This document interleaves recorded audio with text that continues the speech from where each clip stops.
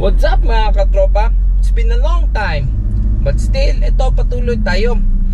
So, ganito, medyo matagal tayo nawala for the reasons, number one, may tuta kasing lumabas and may mga ginagawa din. Pero ito, vlog ulit tayo. Hopefully, ito sunod-sunod na tayo na weekly upload tayo ulit.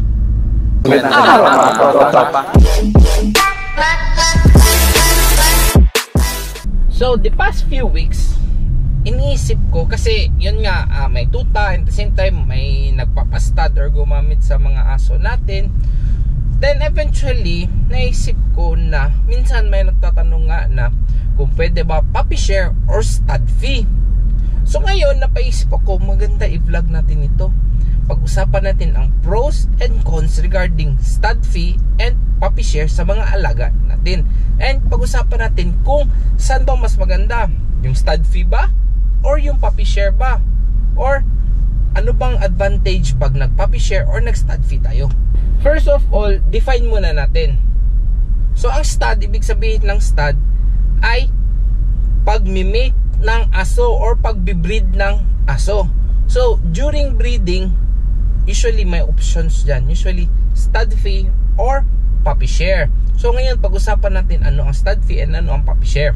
So una, pag stud fee, ibig sabihin yan, nagbabayad yung female na magpa-stud sa male. So kumbaga si female magbabayad. Next is puppy share. Ang puppy share naman ay hindi magbabayad si female if magpapastud siya sa male. Pero may share or kumbaga may tuta si male galing kay female. So ganyan yung dalawang difference niya. Pag kay stud fee is magpapalabas ka ng pera.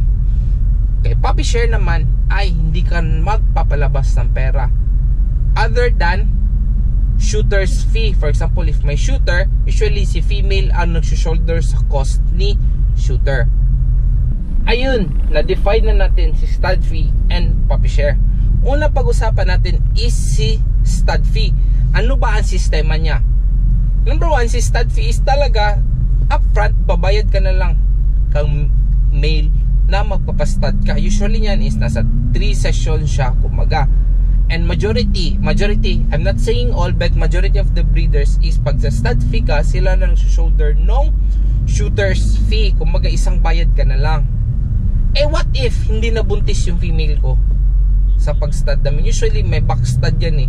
Iba't ibang breeder, iba't iba ang sistema kung ano ang back-stud. For me, akin naman is only back-stud hanggang mabuntis yung female nila.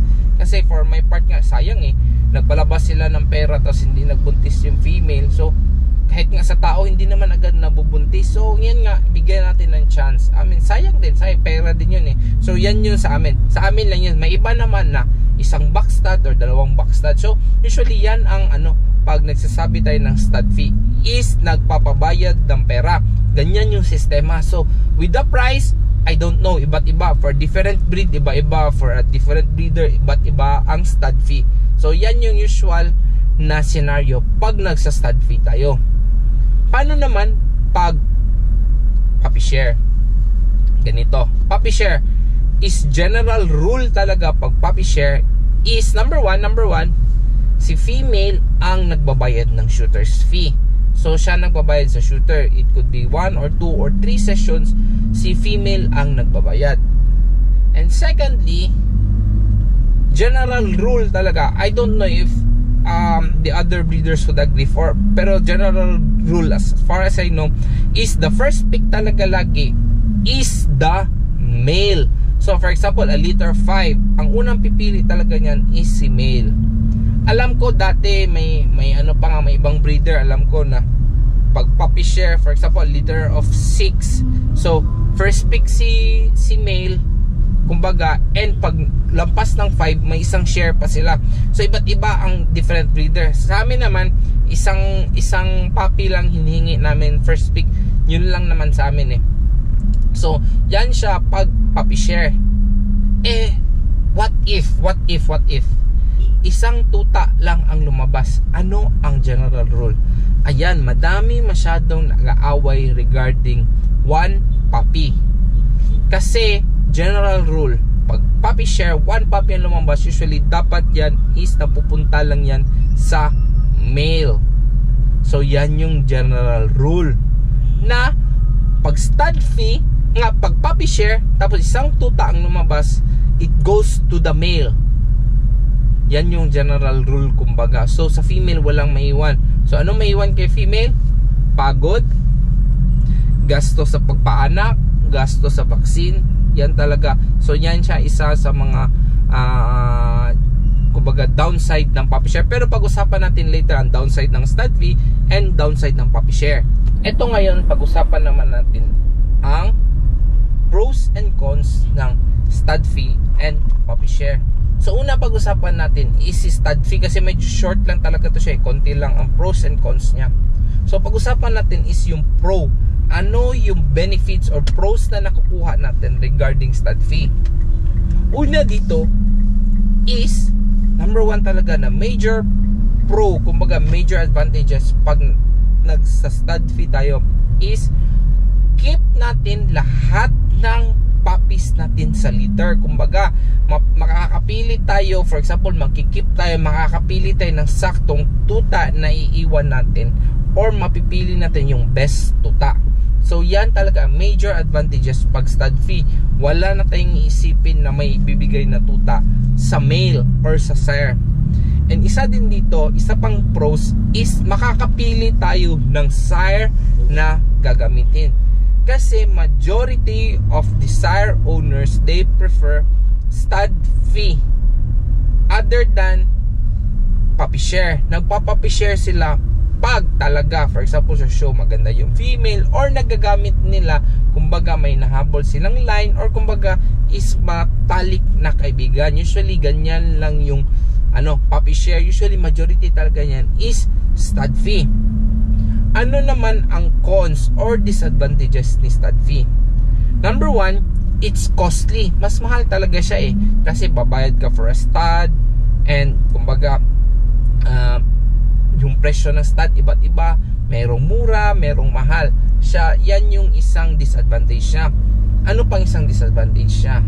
Minsan nga 'di ba, iba't ibang breeders, iba't ibang tawag nito, patakaran or policies. For example, may ibang breeders na isang backstud lang. So kumbaga, for example, hindi nabuntis. Tapos pa-stud ulit tayo, hindi pa din nabuntis. And sa third, wala na tayong backstud. Kumbaga, yung pera natin, wala na. May ibang breeders naman na halaga, sige, backstud na ng backstud hanggang sa mabubuntis yung tuta. So yan siya ang pros and cons regarding stud fee. Paano naman si puppy share? Ito, mga bahaba ito. Ang pros and cons ng puppy share. So puppy share, sa ngalan ng puppy share is hati sa tuta, may share si male sa litter nyo. So ano ang number 1 pros niya? Number 1 pro niya is hindi tayo magpapalabas ng pera. Kasi nga puppy share lang, hindi tayo babayad ng stud fee. And that is the only pro or kumbaga advantages na nakuha natin sa stud fee. Ano naman ang disadvantages niya? Number 1 is hindi tayo makakapili ng best puppy. Kasi bakit? Kasi pag stud fee is usually general rule, first pick ay napupunta kang male or kang sire. And may iba't ibang breeders na may iba't ibang policy. For example, alam ko dati, first pick sa sire and pang yung litter aabot ng litter of 6 is hingi pa ng isang puppy si male. Alam ko dati sa mga big breed speed, pinapractice sila yan 1 puppy back, pag litter, more than litter 5, 2 puppies back. So kung isipin natin, kung cost ng puppy regarding stud fee is napamahal tayo, for example 2 puppies yung kinuha lang, mas mamamahal or mas napapamahal tayo. So yan siya isang disadvantage, hindi tayo nakakapili ng tuta or kumbaga yung first pick. Kasi for example ito nalagaan na natin, nakikita natin saan yung magandang tuta, then gusto na natin, then by this time pipili na si sire. What if ang gusto ni sire is yung gustong-gusto niyong tuta? Wala tayong magawa. Kasi yun naman talaga ang general rule na fina-follow, which is first pick is napupunta sa male or sa may-ari ng male or sa sire dog. So ano pa isang disadvantage niya? Second disadvantage niya is ito. For example, it's a litter of 1. Bakit naging disadvantage? Kasi for a litter of 1, general rule, the puppy goes to the sire. Ganun yung general rule.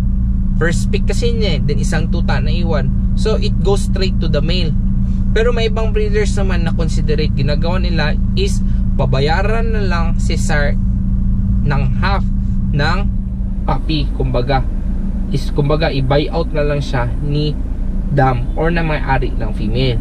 So yan siya isang disadvantage. For example, a litter of 1, lagay na natin mga katulad ng French Bulldog or Toy Dogs, nakukunti lang yung puppy na nilalabas. So for example, 1 puppy lang, so diretso yan sa sire mapupunta. So instead na nakamura tayo, mas napapamahal pa tayo. Kasi kayo na nga nag-aalaga ng tuta, pagbuntis ng dam nyo, paglabas ng dam nyo, tapos isa lang paglabas ng puppy, then napupunta pa sa male, wala tayong magagawa. Kasi yan naman talaga yung general rule na sinusunod. And ito pa, ano pa isang disadvantage? Hindi maiiwasan talaga na may pangguguyong nangyayari. Madami ng pagkakaibigan ang nawasak dahil sa stud fee. Sa puppy share. Bakit? Ganito. Lumabas na yung tuta. May gustong tuta yung female. Then declare niya ngayon sa may-ari nung sire na, for example, a litter 4, tatlo lang yung puppies na lumabas, tapos yung isa tinago. So sa tatlo lang siya pipili. And nalaman ito na may-ari ng sire na may 4 yung tuta na nilabas, di magagalit ngayon yung may-ari ng male. Kasi yung maganda nga, usually napupunta yan sa male. What if yun ang gusto ng male tapos tinago? May mga dishonesty na nangyayari. Actually madami ng beses na pagkakaibigan na nasisira dahil sa puppy share. For example, kasi nga ganyan, hindi di-declare yung buong litter. Kasi di din natin maiwasan na mangyayari yan eh.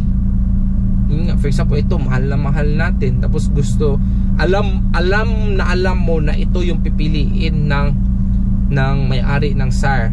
So usually ititago na nato yung puppy to. And what if nalaman nito na may-ari ng sire? So yan is a major disadvantage regarding puppy share, dishonesty. So ako tatanungin, ano ba pipiliin ko? Stud fee or puppy share?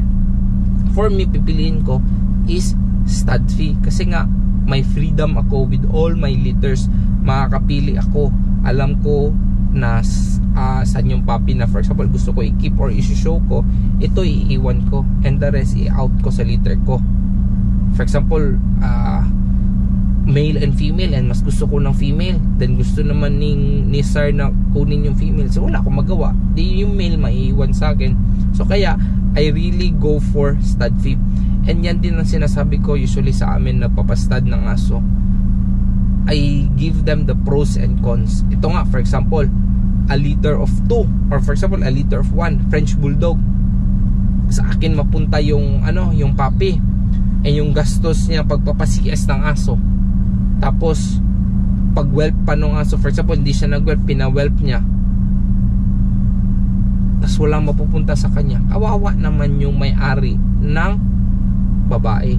Sa kanila na yung risk, sa kanila pa yung cost. So kaya sabi ko sa kanila, stud fee nyo na lang, kasi kung magpa-puppy share tayo, for example a litter of 1 sa akin, kaya pagagastos ng CS, tapos for example a litter of 2, mas napamahal kayo eh. Kayo namang si CS, tapos isang puppy lang napunta sa inyo, then napunta sa inyo, hindi pa kagandahan. Yun, sinasabi ko talaga sa kanila ang pros and cons regarding puppy share. Kaya ako tatanungin, I really go for stud fee, kasi mas nakakapili ako ng male eh, saktong male. And iwas din yan ng gulo pagdating ng pag-divide ng puppy, diba? For example, we really want the best na nasa atin, pero yun nga, nabind tayo sa pag-usapan regarding sa puppy share, so wala tayong choice but we go for the second best. Minsan nakakasakit yan sa puso eh. So as much as possible, kayo nakikinig kayo mga subscribers namin, really go for stud fee. Iwas sa gulo, kumbaga iwas sakit sa ulo, lalo na pagdating ng puppy share na pipili na tayo ng tuta, masakit na sa ulo. Kasi minsan nga di natin may iwasan, may mga tao talaga manghilig ng goyo na itatago yung litter para lang makakip nila yung magandang tuta. So ayan. So for the past few days, yung naisip ko na ano ba vlog ko, yun nga eh, na may nagpa-stud ng aso, may mga nagtanong regarding stud fee and puppy share. Kaya ito na pag-usapan natin ang stud fee and puppy share.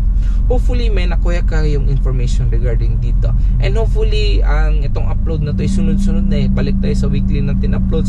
Sorry hindi tayo nakapag-vlog ng for a long time, and now we are back. Hopefully sunod-sunod na ito, and hopefully patuloy kayo mag-subscribe sa amin, and see you on our next videos. Bye bye.